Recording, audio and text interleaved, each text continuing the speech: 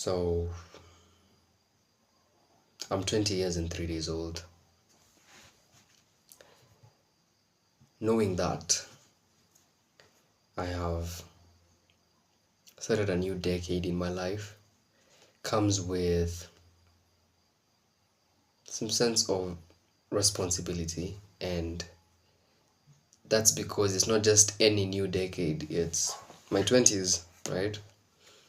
And I know that shouldn't have much of a difference in terms of knowing that I ought to hold myself accountable for everything, have a vision for my life. As a matter of fact, these are things that I should have laid out half a decade ago when I was 15, 16, 17. No pressure though, but ideally, it's best if you're able to lay that foundation as soon as you possibly can. And I have come to understand that the hard way. Because I remember when I was 15, actually when I was 14, I wanted to be a cardiologist. I had it even on my school desk to remind me every day that this is what you're working towards. And then life happened. When I say life happened, I mean I just continued to grow and experienced everything as it was happening. And so, change being a constant, I became, I don't want to use the word victim, but I became subject to change, just like all of us are. And so, I ended up not wanting to be a cardiologist. I wanted to become a footballer, right?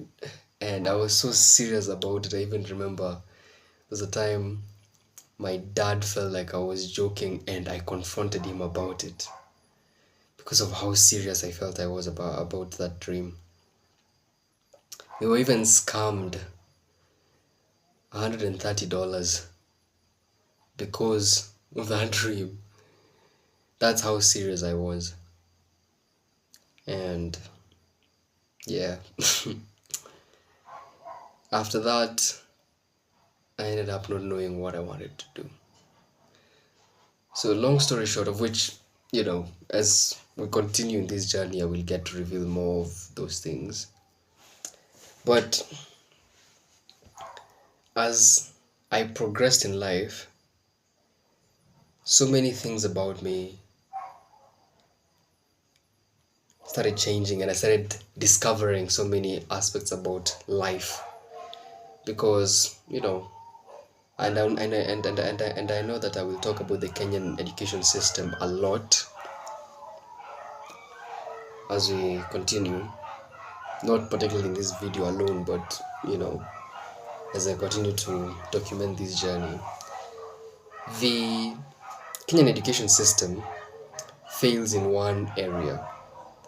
It's very theoretical and it's very closed minded. It doesn't build competent members of society who are able to be more pragmatic and think outside the box. It's not a system that is built for innovators, it's built for learners, employees. It's built for people who are meant to obey rules, to become subordinates. And so, throughout my life, my understanding of my future, where I want to go, what I want to do, where I want to be, has been shaped by me being subject to that system for 15 years, since I was 2.5, 3 years of age, until actually now, but not so much now because I understood this like 2 years ago. Though, you can't undo 15 years of indoctrination and being morphed into something that is, you really need to undo it. You really need to get out of that cycle. It's not easy to undo it within 2 years or 3 or 4 or 5. It's possible, but it's not easy. So I wouldn't say that I am completely out of it, but I can tell you I have been no, no, not struggling. That struggling is not the right word, but I've been putting my best foot forward to make sure that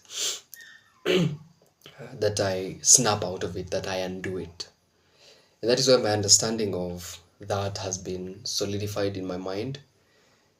And as I've told you, from when I was a kid, I wanted to be all of these things that are. I know you've seen online these videos of African parents or kids, um, not really kids, but even adults saying how their African parents were in terms of their career choices. It was either lawyer, doctor, engineer, or a disappointment. So when I was a kid, I wanted to be an engineer, a mechanical engineer, because I thought it sounded great. That was the only reason. I just thought it sounded great. The second option was electrical engineer. Then, as I grew, I came to hear of civil engineering. Then I was like, oh, maybe that one, you know. Then I came to hear of aeronautical engineering, came to know of all these other kinds of engineering, right? Then I was now conflicted. Why? Like, there's so many options, and they all sound so good, but I never really knew what they were all about. Then I started being fascinated with human biology, human anatomy. And I was there, looking at, and this was primarily after joining high school, but it was from my primary school days, then my latter primary school days to me joining high school. Then I started hearing about neurosurgery, cardiothoracic surgery, and all just basically medicine related career paths. And I settled on cardiology because it sounded good. Genuinely, that was actually the only reason for me choosing my career paths. And then I changed school. Now this was where the paradigm shift occurred, because now I moved from not particularly the Kenyan system entirely, but it was more of an open-minded environment. The school that I went to when I was in Form 2, in comparison to the schools that I was previously. And it opened my mind, because now I even had classmates who are pursuing football professionally. I had classmates who are pursuing music professionally, or at least those were their dreams. It was like, yo, are those not? It's not that I didn't know that they were careers, but it felt so out of reach for people in this country, in my perspective, especially for kids like us. And I was like, really? And you think you're going to achieve that? You really think it's going to work? That's why I never even conceptualized it in my past. I always thought that anyone who would say that they're pursuing those kinds of career paths, they don't know what they're really doing. And it was just a hobby that they thought could be a moneymaker, or they could make a career out of. But when I came to this place, it was something different. I could see them pursuing it relentlessly, with intentionality, even going to football academies by European countries, but the ones that were based here in Kenya, going for training, paid training to sing, and learning instruments, and just basically all these unconventional career paths, or ones that would be termed unconventional. And they actually seemed to be good at what they were doing, and they were serious about what they wanted to pursue. And so my mind started being open, and I was realizing, oh, wait, do I even know what I want to do? And I was like, yeah, you want to be a cardiologist. And I was like, okay, so what is that all about? Well, heart surgery. That's it, and they just get paid well. So for me, it has a good name. It sounds like something really cool, because imagine operating on someone's heart, and they come out of the theater alive. That was the coolest part about it. That is actually possible. And then you actually get paid really, really well. And you also have the pride of saying, I'm a cardiologist or I'm a cardiothoracic surgeon. So I was like, bruh. But then when I started really looking into everything else that goes into those careers, I was like, man, you might be sleeping and then being called at 2 a.m. in the night. You never have rest days. You're constantly working. The lives of people are in your hands. And you're only human. There's just so much you can do. And in instances where you mess up because you're human, or you can do more than what you're capable of doing, you will still be held accountable and be blamed for the loss of people's lives. You've got to go to school. Wait, actually, even before I got there, it hit me. I have to go to school for close to a decade to 15 years when it came to cardiothoracic surgery. That is being a master at it. That is doing my degrees, my masters, my PhDs, my everything that I would need for me to be at the top level of my field. Because the truth is, when you are low in the, not really, I wouldn't say pecking order, but when you are not at the top, it's very hard for people to actually trust you with something as critical as that. So you need to do more. So I accounted for all that. Like a decade to 15 years. By that time, I would be in my early 30s. And yet, I've not even pursued my career yet. That is a time when I should be nurturing my family. When I should have settled in life. When I should actually be enjoying the goods of life.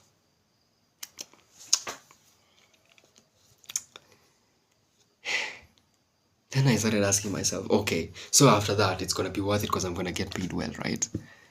Then I'm like, yeah, you're going to get paid well, but at what cost? Your location freedom, your time freedom.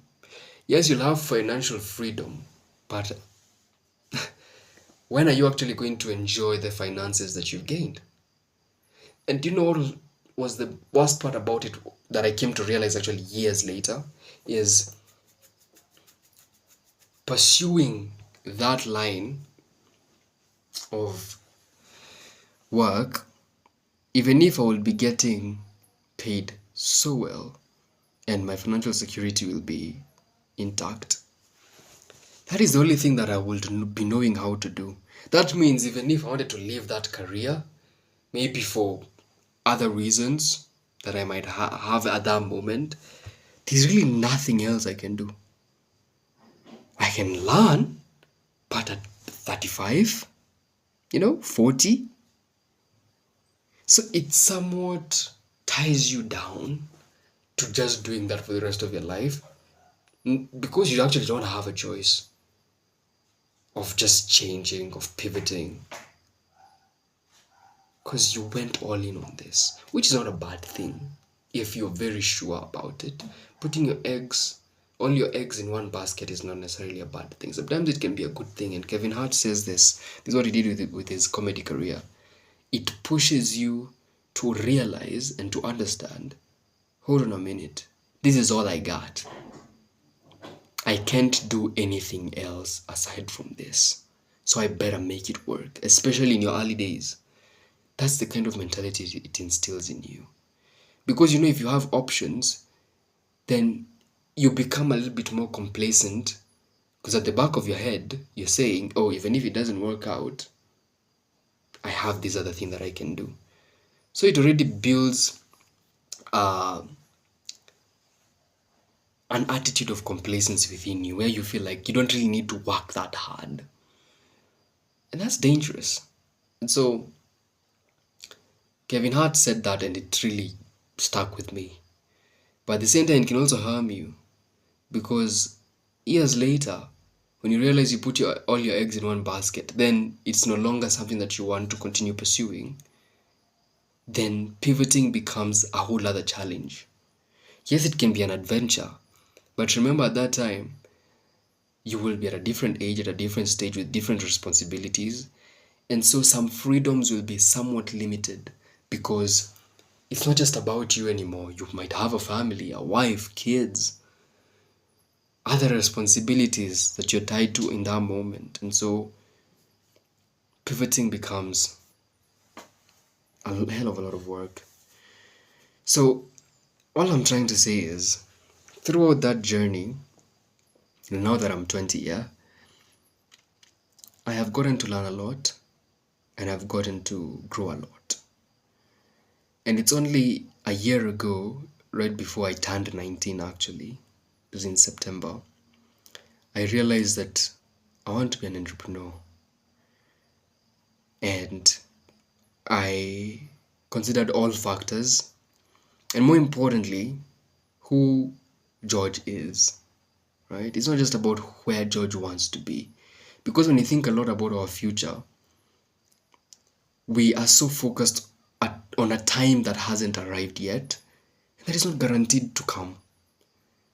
And sometimes you need to look at your future as now. They say the future is now. Maybe it is. Look at yourself as who is George right now and what is George supposed to pursue based on what he is now and who he is now? Because there's no need of you working so hard to get to a future that is not guaranteed, and the version of you that is for that future hasn't come yet, only for you to get there and realize, oh, the version of you that was there 10 years ago is no longer relevant or is more relevant than ever before or has changed, because that's life. So living in the moment doesn't necessarily have to be a bad thing. You just need to be smart about it. And it's through my growth and learning that the hard way, I have gotten to be in this place where I look at life less as where I want to see myself tomorrow, where I'm going to be tomorrow. Not that I'm disregarding it fully or at all, but I'm looking at it from a different lens, from an evolutionary lens. I'm here today. What version of me am I building up towards? And what things should I associate that version of me with? It's good to have a vision. It's good to see yourself at a later date in who you want to be and where you want to go. But don't do it for that later version of you that has not come yet. Do it for the version of you that exists today, because that is who matters. And so, what I wanted to say is, even as I turn 20, it doesn't change the fact that I've been growing and learning new things about myself, and I've gotten a vision about me over the years. And it's not like turning 20, or when I turned 20 there was a magical light bulb,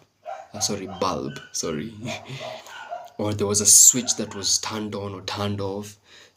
That's not how life works. It's progressive, it's evolutionary. So it wasn't a monumental turnaround or shift in my life. The turning 20, oh, it's now, I will even go as far as to say it's just a number. But I would say that at 20 I know a lot more than what I did at 19. The same way when I was 19 or when I turned 19, at that point I knew a lot more than I did at 18. And it's with every year, and more importantly with every day, that your growth and evolution should count.